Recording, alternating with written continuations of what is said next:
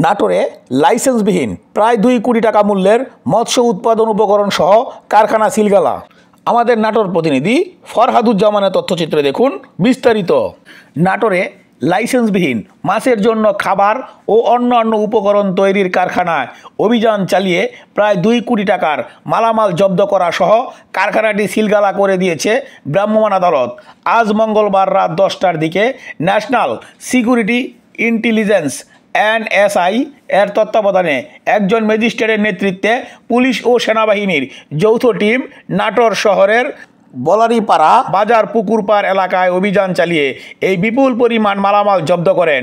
জানা যায়, national security intelligence NSI এর তত্ত্বাবধানে নাটোর শহরের বলারীপাড়া এলাকায় আলফা বায়োটেকনোলজি ফিড লিমিটেডের কারখানায় এবং কারখানা সংলগ্ন দোকানে অভিযান চালায় ভ্রাম্যমাণ আদালত। এ সময় মাছের জন্য উৎপাদিত খাদ্যের লাইসেন্স না থাকা, অনুমোদনবিহীন খাদ্য দ্রব্য উৎপাদন, প্যাকেটজাত করা অবস্থায় প্রায় 2 কোটি টাকার মূল্যের মালামাল জব্দ করা হয়।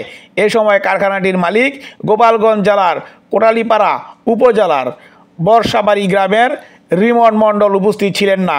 অভিযানে অংশ নেওয়া সিনিয়র সহকারী কমিশনার সাদ্দাম হোসেন জানান, অবৈধ বায়োলজি টেকনোলজি মাছের জন্য বিভিন্ন ধরনের খাবার প্যাকেটজাত উপকরণ প্রক্রিয়াজাত করেছিলেন, কিন্তু কোম্পানির পক্ষের কর্মচারীরা খাদ্য উৎপাদনের কোনো বৈধ কাগজপত্র দেখাতে পারেনি। এই কারণে কারখানাটি সিলগালা করে দেওয়া হয়েছে। অভিযানে অন্যান্যর মধ্যে অংশগ্রহণ করেন সেনাবাহিনীর ক্যাপ্টেন সাফওয়ান এবং মৎস্য কর্মকর্তা আবু সাইদ। মৎস্য কর্মকর্তা আবু সাইদ জানান, জব্দ করা উপকরণগুলো গুণগত মান যাচাই না করে এখনই কিছু বলা সম্ভব নয়, যেহেতু মালিক উপস্থিত নেই।